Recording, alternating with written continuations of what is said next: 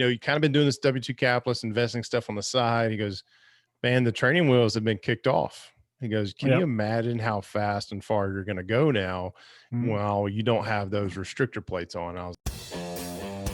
Hello and welcome to Pillars of Wealth Creation, where we talk about creating financial success with a special focus on business and real estate. I'm your host, Todd Dexheimer. Now, let's get to it. Hey, welcome back to Pillars of Wealth Creation. I'm your host, Todd Dexheimer. With me, I got Jay Helms. Jay, how you doing today? I'm great, Todd. Thank you for having me. Awesome. Well, excited to have you on the show. Why don't you give our listeners a bit about your background, what you got going on today?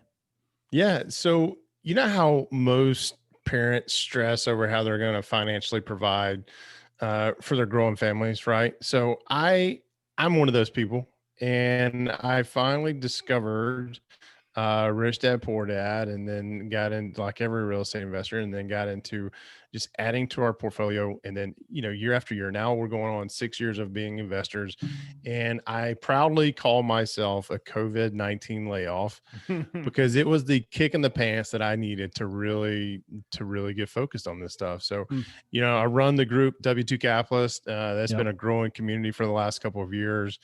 And being laid off was the best thing to happen to me in 2020, because I needed that push. I needed that push to do it. But so, we're growing the W2 Capitalist. We got, over 50 members in the mastermind now, and we're continuing to grow our real estate investing portfolio.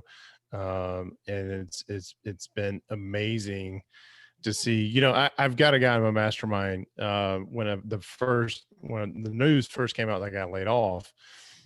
He sent me a pair of training wheels, like bicycling training wheels. And because he made the statement, he said, you kind of been doing this W2 capitalist investing stuff on the side. He goes, man, the training wheels have been kicked off. He goes, can you imagine how fast and far you're going to go now while you don't have those restrictor plates on? I was like, wow. And then he capped it off by sending his kid, apparently had just taken them off of his bike, and he shipped them to me. I didn't know they were coming. I went to the mail, get the mail one day, and there was a box in there. I was like, what is this? And definitely it was just it. It was training wheel. I got my training wheels kicked off. So that's perfect. But it's been amazing, to see and do and for the last 7. So I got laid off in May. So now, we're 7-8 months into it. Still have some fear and anxiety a little bit, but the amazing thing about real estate investing and having, a side hustle with a W2 capitalist is we landed on our feet pretty well. And it's not like I had a small salary. I mean, I was making well into 6 figures. It just went away. And, not having that comfort blanket there, my wife and I, we had to get in this little bunker for a minute. All right, let's see what we need, what we can, I call it living the high life, but she will not say that. But we eventually landed we readjusted, not landed, but we readjusted. So you got the real estate kind of side hustle. You got the W2 capitalist side hustle going. When you stopped your 6-figure pay job, right? Like it forcefully stopped it. You didn't stop it. But take me through that. And you said you landed pretty well. I'm sure a lot of people are like, wow, that if I lost my job, we'd be screwed. Like, I can't. You lost your job in May, and we're sitting here talking, and it's the end of December, right? Yeah. Take me through that, and how you got yourself set up so people can kind of see what you've done. And it's kind of like one of these claims to fame, like overnight rock stars or whatnot, your overnight success.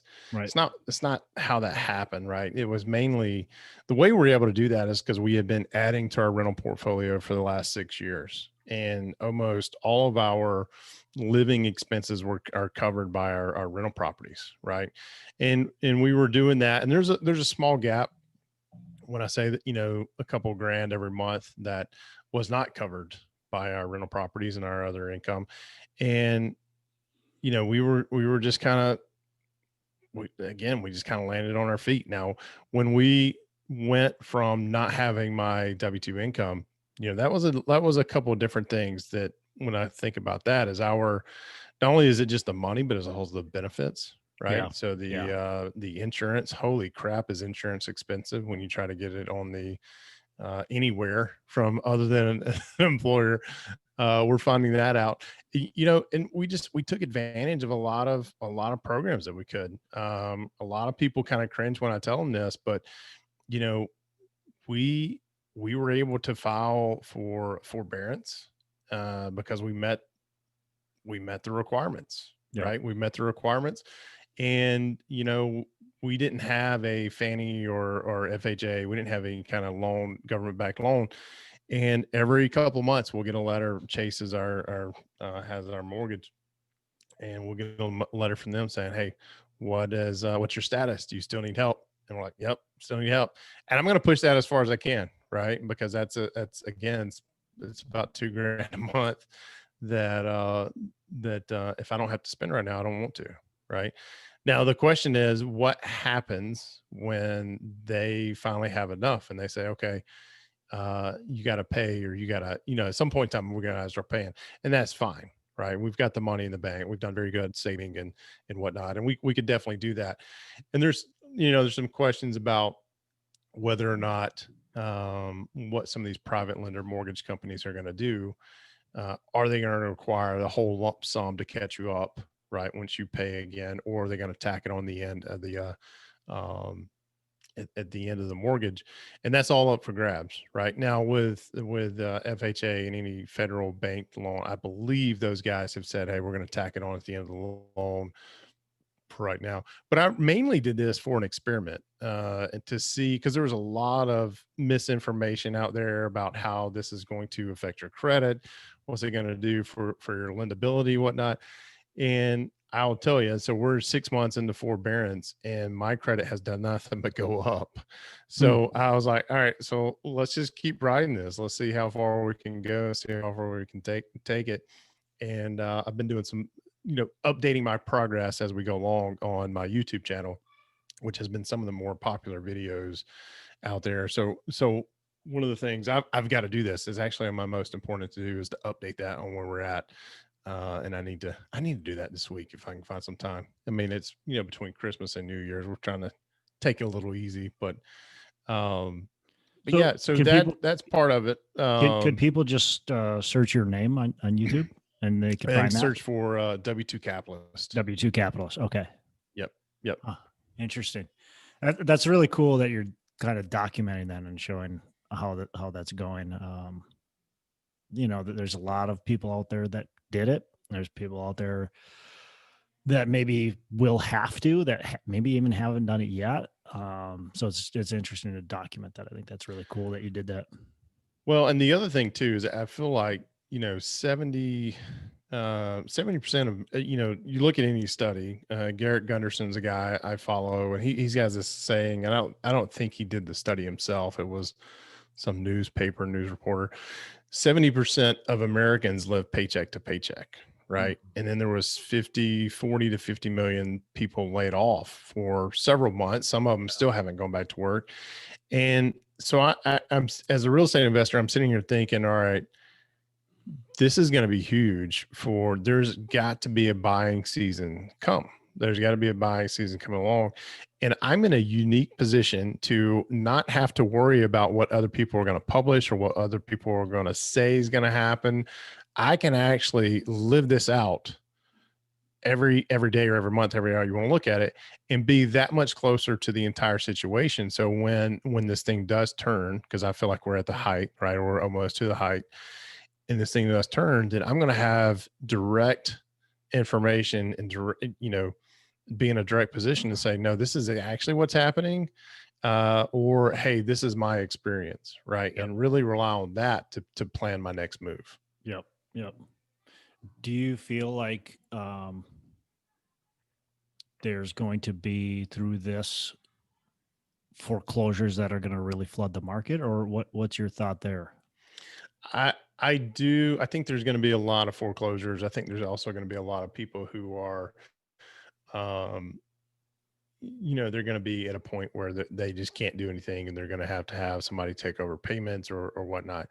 So I think the market is going to get flooded. Now, flooded is a relative word, Right. right? I had an argument with a guy on Facebook the other day or a couple weeks ago, and we were talking about this very same thing. And he came up, he said he actually brought data to support his theory, but his theory was just completely wrong because he took some screenshots of the foreclosure numbers for 2020. And he said, look, if you look, the foreclosure numbers dropped off in March, right? And we're now at the lowest levels we've ever been, and blah, blah, blah, blah, blah. And I was like, buddy, you don't realize that the CARES Act was enacted in late March, which means you can't, that's when the forbearance started. That's when the foreclosure stopped, right? For non-payment. I said, so what you're saying is correct, but you're saying it because this CARES Act was enacted, right? Yep. Which ended up, and I think you finally understood what I was saying, but I do think once all the forbearances are over with, who knows what's going to happen right now. Most privatized banks came out and said, hey, we're going to give you a couple of months to get back on your feet, and then we're going to readjust, right? And they're coming back every couple of months. At least in my experience, they're coming back every couple of months and asking the same questions and doing the same thing. Who knows how long that's going to go? The other thing is that federal backed mortgages like FHA or FAA, those guys said, hey, you have 6 months forbearance, which we're into that, right? With the option to renew for another 6 months. So they're going to give people a full year. So we won't necessarily know until late 2021 really what's going to happen as far as these floodgates, how big they're going to be or how big they're going to open. Because if you think about it, the bank doesn't foreclose on you the moment you stop paying. Right. It's going to be 3 or 4 months down the road. So depending on if you applied for forbearance in March, April, May, whenever you did, then you have up to 6 to 12 months plus some, right? Before you see that. So I'm kind of watching that and kind of stacking cash as much as possible to put myself in a position to pounce on it when it happens. Cause I do think it's going to happen. It's just a matter of when, right? Well, and it's, right now, I mean, you can't foreclose on somebody at the earliest until January 31st. I think it was just signed, I think yesterday by Trump. And so I think it got extended to January 31st. And that means you can't start the process. Doesn't mean you can't finish. That's not when you finish the process. So like you said, it's still like 4 to 6 months later. It depends on the state. Some states it takes 6+ months. Some states it only takes a few months, but look, we're looking, and those averages are pre-COVID, right? Everything's moving slower. Everything's moving slower because of COVID now. And how many lenders on January or February 1st are going to go, we're foreclosing on you today. We're filing today, right now. No, they're going to talk with you. They're going to try to get you to start making payments. They're going to try to work with you. And so you're right. We're probably not going to see even what this looks like, even like get a crack into it until probably closer to the end of 2021, mid 2021 at the very earliest. But I would expect like you're in October, November, December before we even get the crack and look at what's going on. It'll be definitely interesting to see. And like you said, you're going to have front row seats to what's going to happen, whether it floods or whether it trickles.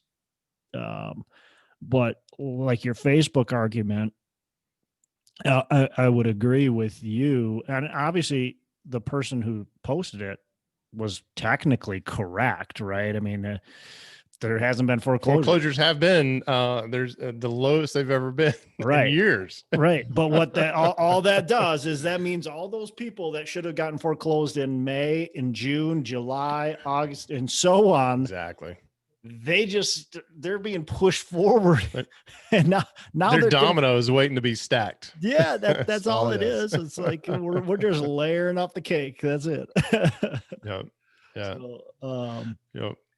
So I think it speaks to me though, you had this great paying W-2 And I think it's really, it's funny because you've got this, maybe not funny, but you've got this W-2 capitalist. Yeah. Well, Hilarious. no. But you know where I'm going. Yeah. Like, you've got this W-2 capitalist. You've been talking to people about not just having this W-2. If you have a W-2, that's fine. That's what you had, but we got to be doing something else, right? We've got to be putting our money in places that are going to grow our money, in cash flowing real estate. Let's get something going with our money. And you actually did that. And then what happens? And this is like perfect. And I think it's a blessing. This is going to be life-changing for you in a positive manner, but you get laid off. Now you get to actually practice what you're preaching. And now when you're talking with people about what you've done, wow, the proof is in the pudding right here. You aren't sitting here like you don't have to completely scramble. You're not homeless. I mean, like, you have rental income that is coming in, and it's again, you practice what you preach. You got laid off. Not that you maybe didn't want to, maybe you didn't want to, but man, train wheels came off though. Yeah. I mean, the competitive side of me, I was pretty pissed off. Yeah, I'm sure you for were. a couple of days, and because when you get let go, because I work for a public company and everything they do has to be publicized. Yeah, and which basically meant I got to see at my level what managers stayed and which managers left. And you're like, I'm better than And that I'm guy. like, you got to be freaking kidding me. So for a couple of days, I moaned around the house, right? I moped around, and then, I was like, you know what? This is the best kick in the ass I've ever needed to really take off. But you're right. If we had not been building that investment portfolio and that side hustle, and just being stuck with a W-2, I would be like most everybody else right now, scrambling to try to find a job that I don't want, but I'm looking for a paycheck because my family needs it, right? Yep. And I've been in that situation before where I worked for a paycheck because it was really good money, but the job absolutely sucked ass. And I can only express to you how stressful that is, how that, I was on anxiety medications, which I'm no longer on. I was on it because I would bring all of that stress and anxiety from the job I hated home. And if any married person knows, you're going to have fights regardless, right? It's just part of being married. The intensity of those arguments that my wife and I had were just so different. I was like, all right, something's got to change. So, so now that was kind of a previous before this job that I got laid off. The job that I got laid off on, the kicker of the pants is I absolutely loved it. It was the easiest job I ever had. I worked with some really good people. The employees I had I had a crew of 9 folks, and unfortunately half of them got let go too. And they don't have any sort of rental income coming in. But we had a really good team. We were hitting all sorts of sales goals, and that's the kicker of it, because we had a I don't know if you're familiar with sales comp plans, but there are capped comp plans and there's uncapped comp plans. Basically means if you hit a certain number of sales, then you no longer earn extra commission or whatnot. In the last 4 out of the last 6 months that I was there, we capped our commission plans. So it made it even more confusing why I was being let go. And I don't know. I don't think I was ever given the correct answer. I think it was more of a comfort issue for the boss that I had at the time. But who knows? And again, thankful that it happened. I mean, I moped around for a couple of days, but now I'm like, hell yeah. I am glad somebody finally pushed me out of the bird's nest, because I never would have taken the guts to do it myself. Well, the chains have been broken. The training wheels have come off, and now you're able to really focus on what you're passionate about. You're able to build your portfolio even bigger, and you're able to give more back with this W-2 capitalist. mastermind group that you've got going on. Take me through that group. Like, what are you guys doing in that group, and what's the purpose? I know, I kind of know it, but take me a little deeper and take our Yeah. audience. Yeah. So, you hear the word mastermind. It's all over the place on as far as definition, but it's a group of like-minded people who, want to see each other succeed. Most of the folks coming in, they don't know one another outside of the W2 capitalists, but they've come to know each other. They've had in-person meetups, because all that we do is virtual. It has been since its inception in 2018.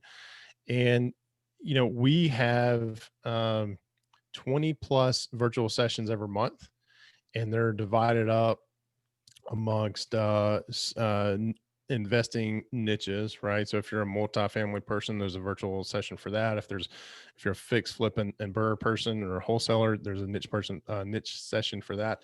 And we get in there and we talk amongst like-minded people, but it's a little bit more, it's not just this big, there's some structure to it, which we're always tweaking and to make better, right? Tweaking and polishing to make better.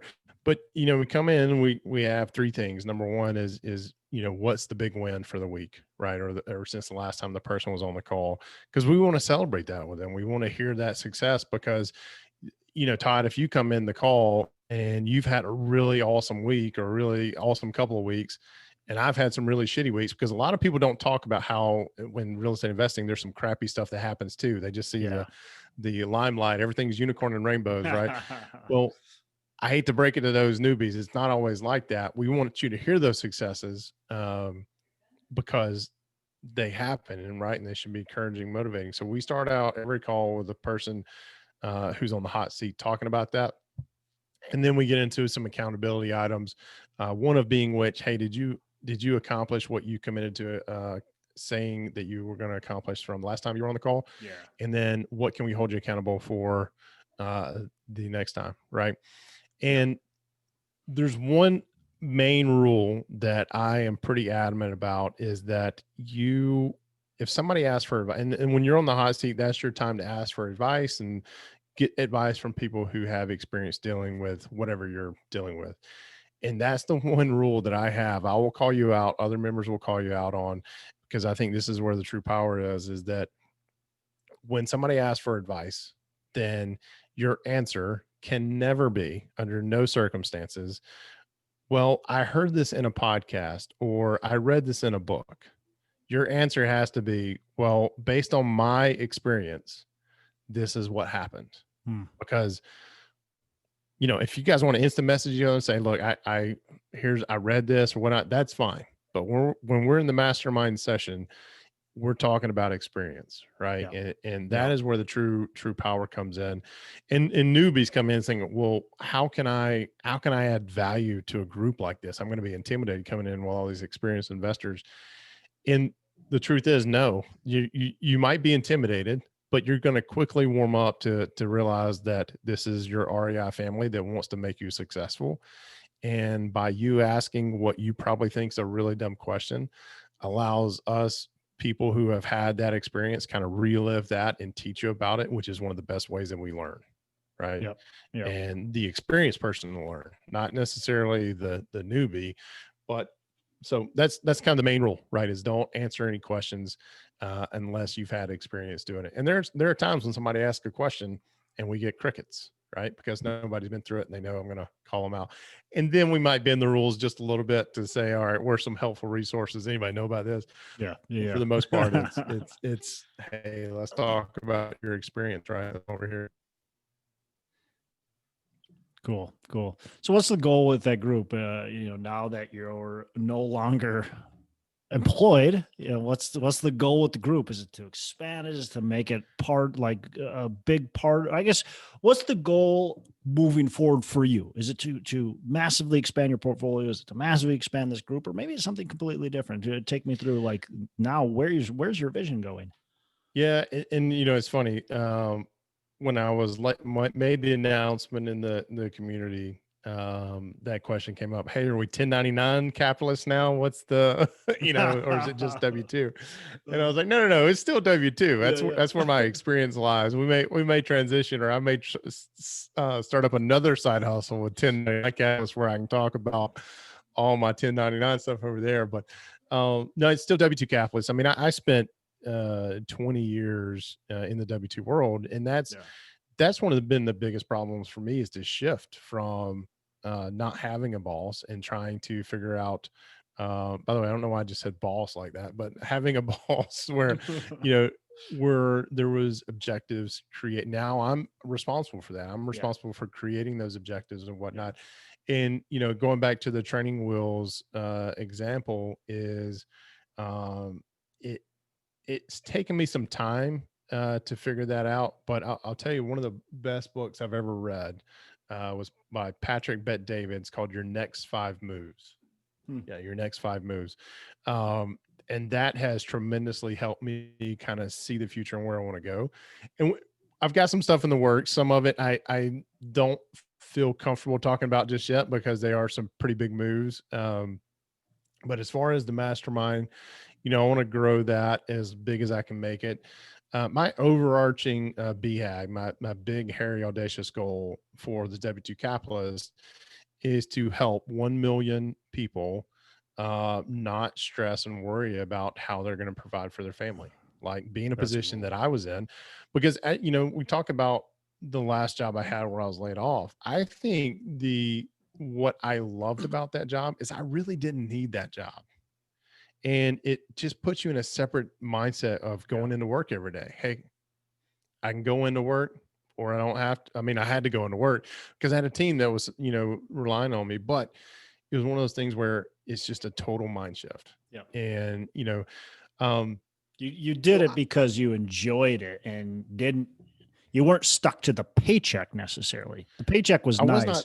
But the paycheck was nice. It provided us the ability to do a lot of stuff. And one of those is, lendability, when bankers want to see a W-2 statement. And I'm still trying to figure that out. Hey, because I'm in this transition period where we still have all of our rental income. We've got our W-2 capitalist income, whatnot. And it's one of those things where a banker looks at that versus what happened last year. And then all these question marks start coming up. And I'm not in a hurry to buy anything right now anyway, because of what's going on in the market, whether it be multifamily or single family. And I'm just like, you know what? We're just going to take a pause from all this, let the dust settle.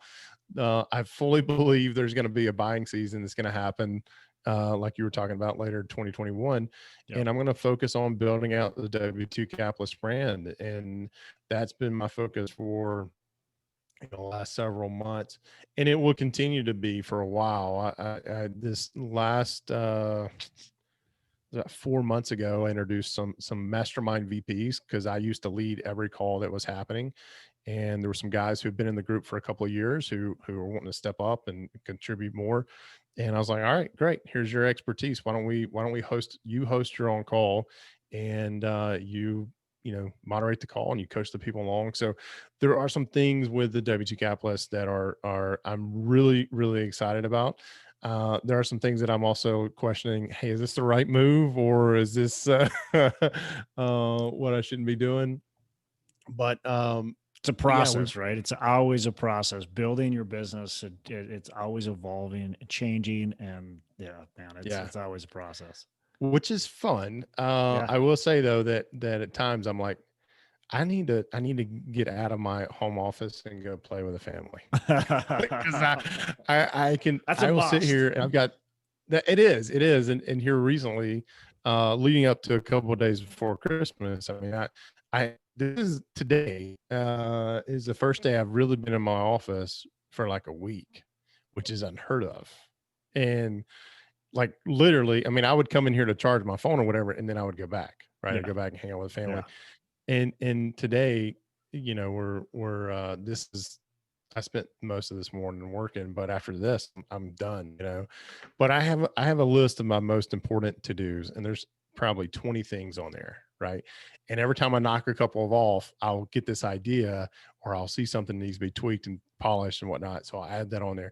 It's a never-ending process, and that's why I find it extremely addicting and extremely fun, because I see how people in the mastermind their lives have been changed, Yep. right? Yep. If you've been in the mastermind for a year, let me back up.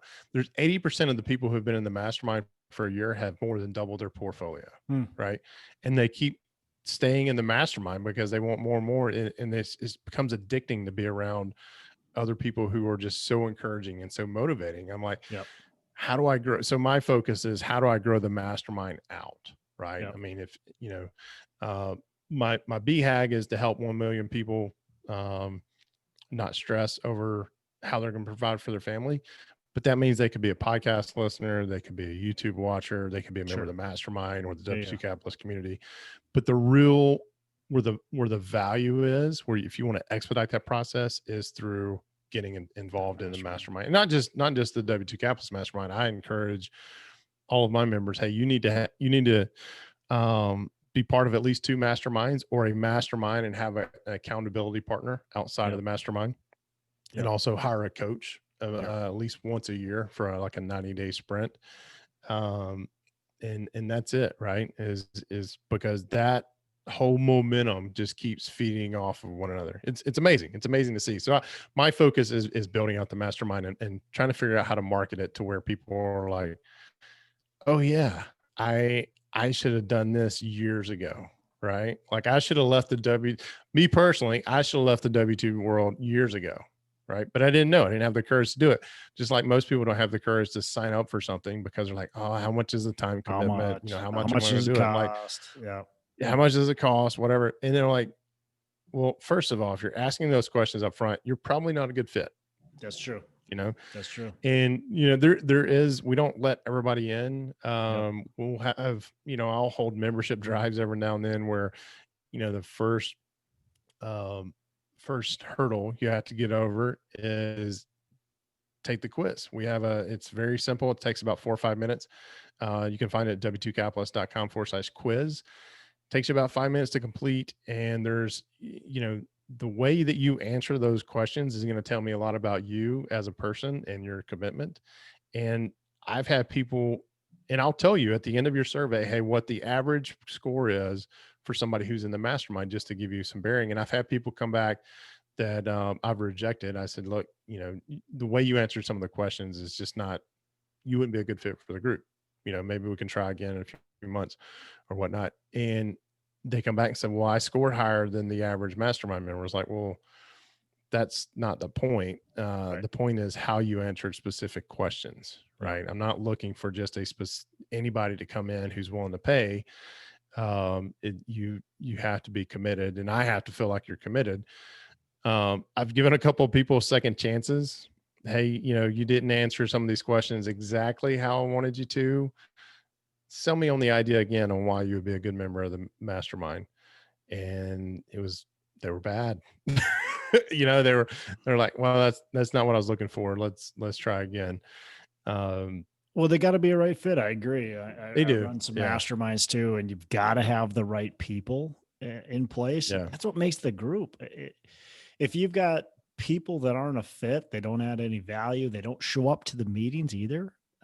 Yeah. If you got a bunch of people that aren't, or not even a bunch, if you just got a couple people that don't show up, it's not fair to anybody that's involved in that group. They're not adding the value. They're not committed.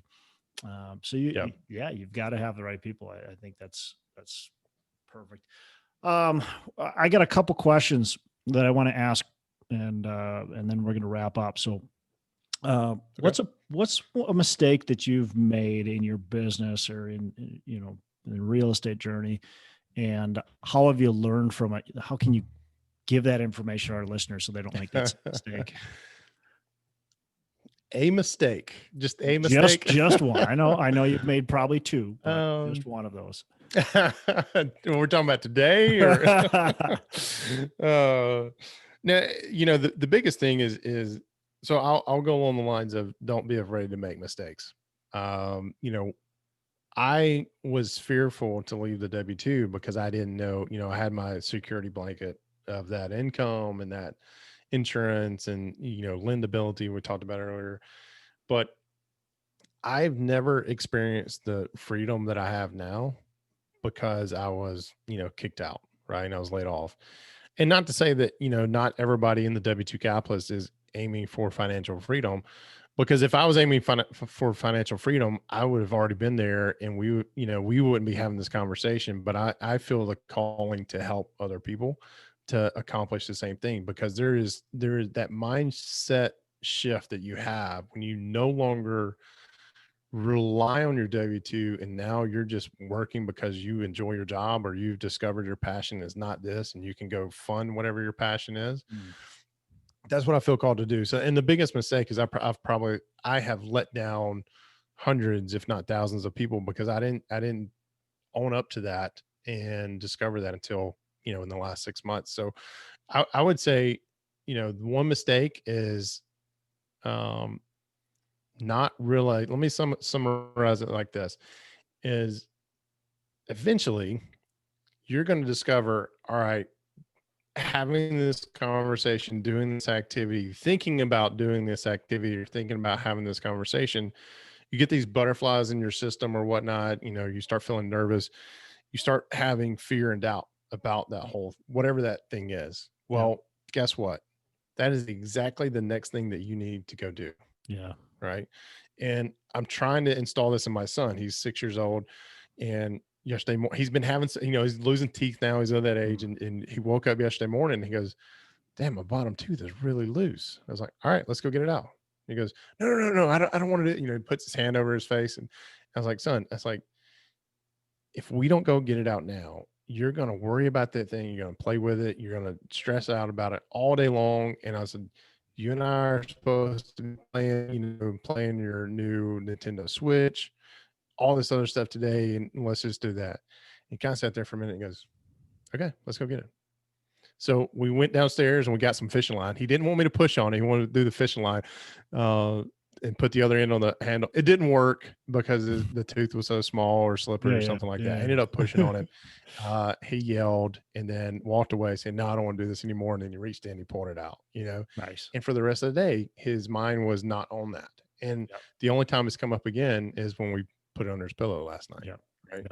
So my long-winded answer, but if you're afraid of doing something, or you start dreading doing something, that's the next thing that you need to do. My biggest mistake is not realizing that until now. Yeah. So true, and such valuable lessons to be able to teach your kids, such valuable lessons to be able to teach other people. I mean, I look back and say, it wasn't my W-2 that I had fear of quitting. I quit that fairly easily. And actually I had to convince my wife. I was confident, but what my fear happened is I was really good at flipping properties. I was making money flipping, and I didn't want to do it anymore. And I wanted to transition to apartment buildings, but my fear took over, and I continued to flip for many years after I wanted to stop or transition mostly out of it. Same thing. There was this fear of making this mistake and of like, can I really do it? And so, it traps you quickly. And think of how much opportunity you've missed out on because of that stinking old fear. Stop! Don't remind me, man. Don't remind. Well, for the listener, in the words of John Acuff, is punch that fear in the face. Just go after it. 100%. So you already gave me a book, your next 5 moves. Do you have another book, since you preempted the question? Do you have another book Sorry, to our listeners? Oh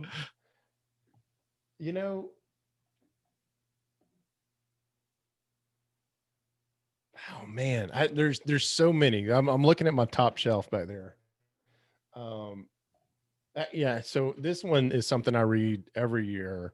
I was lucky enough to have the author, or one of the authors, on my podcast here recently, the Go Giver by Bob Berg. It's just such an amazing, I don't know if it's a good thing or bad thing that I need to read that every year, but it's a good grounding. Hey, you remember why you're in this. You're in this to help serve people, and it's just one of those traits that my grandparents and my parents installed in me. It's like, help others, serve others. Right. That's all you need to do. And as real estate investors, we tend to lose sight of that sometimes. And I'm as guilty as anybody. And that book is a good hey, let's come back down to earth for a minute and let's get grounded again. Kind of book, but The Go Giver by Bob Berg would be my next recommendation. Cool.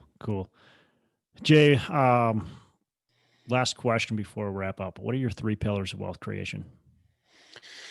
So 3 pillars. You got to start with family.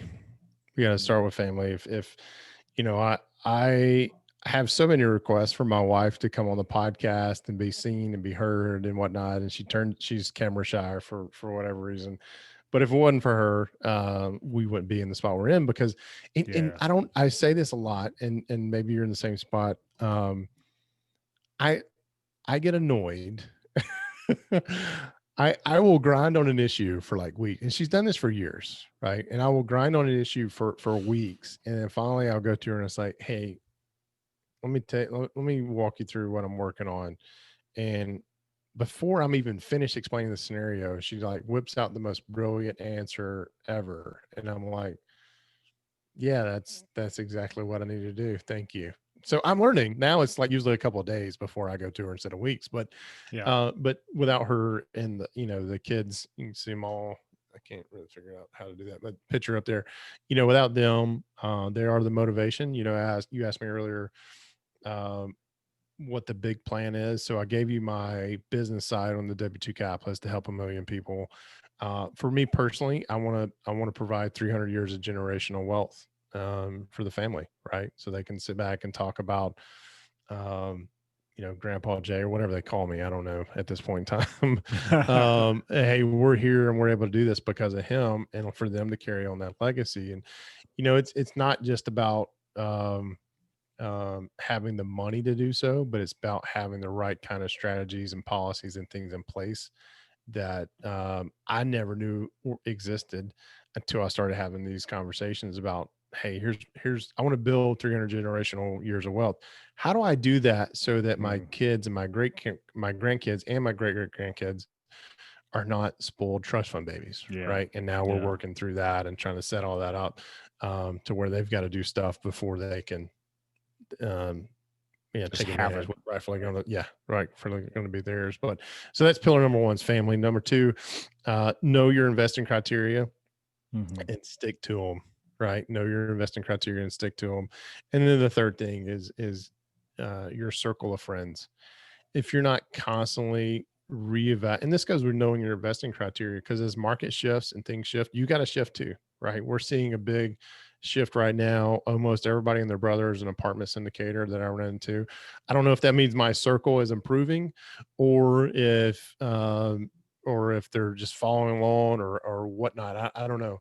But the multifamily space is from where I sit, is overly saturated. And as we talked about some strategies earlier about, where I see the market going in about a year, that's kind of where I'm shifting to do that. So know your investing criteria, understand the market, and then, or know your investing criteria, stick to them, and then your circle of friends, right? Your circle of friends.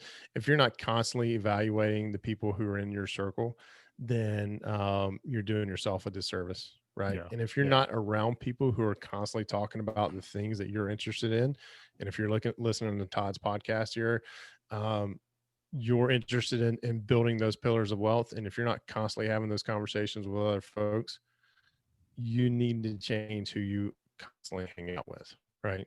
A lot of people find that in masterminds, right? Yep. Well, and look, and that's why you listen to podcasts like this, because you've been able to listen to Jay and myself, and that's your circle of influence right there. So look, Jay, I appreciate you taking us through this journey, talking about the job that you had that was making you a ton of money that you just obviously didn't like, being able to set yourself up to be able to have a job that you did like, and then being able to set yourself up to when you got laid off for whatever reason that might be, and you never know, like you were doing good, your team was doing good, COVID hit for whatever reason, you got picked, and it really doesn't matter what the reason is. Maybe it was God that intervened. Who knows? But you got picked and you got laid off, and now you're able to land on your feet. And I know you'll do really well with it. But it just telling everybody the journey, because there's a lot of people that are in your shoes that are like, I got this job, this is great, but I want more. Like, I don't want to have to depend on the job. What happens if I get laid off? Well, set yourself up for success if you get laid off. And that's what the W2 Capitalist is all about. That's what you're all about. And I really appreciate you sharing that with us, as well as the couple books and your 3 pillars, all that kind of good stuff. So how can our listeners reach out to you, learn more about what you got going on, and discover it? Yeah. So you can email me directly, jay@w2capitalist.com, or you can just hit our landing page. You'll find out more information about the mastermind. If you want to take the quiz or links to my podcast or anything like that, it's just w2capitalist.com. Awesome. Jay, again, really appreciate it. Thanks for joining us on the show, and you have a fantastic rest of the day. Thanks, Todd. You too, buddy. Hey, thanks so much for listening. I appreciate you being a loyal listener. I would love to have you go on to our Facebook page and subscribe, give us a thumbs up, go on to iTunes or wherever you listen and give us a rating and review. Don't forget to subscribe. Your rating and review just helps us push this out to more and more people and continue to grow our audience, and hopefully positively affect a ton of people out there that really need this and want this. So the other thing I've got for you is a free ebook on my website. So go on to venturedproperties.com, and download our free ebook on real estate and on syndication. And I've got some data points in there, some really good stuff for you. So I'd love to have you take a look at that. It's free. I'm not expecting anything from it. And also, look, if you want some help in multifamily, want some help learning, growing, getting your business off the ground, I would love to talk to you about what it would look like to work with me potentially and see if that's a good fit. So you can go to coachwithdex.com and check that out, and we can definitely have a call. Thanks a lot for listening. You make it a fantastic rest of the day. I'll catch you on the next episode.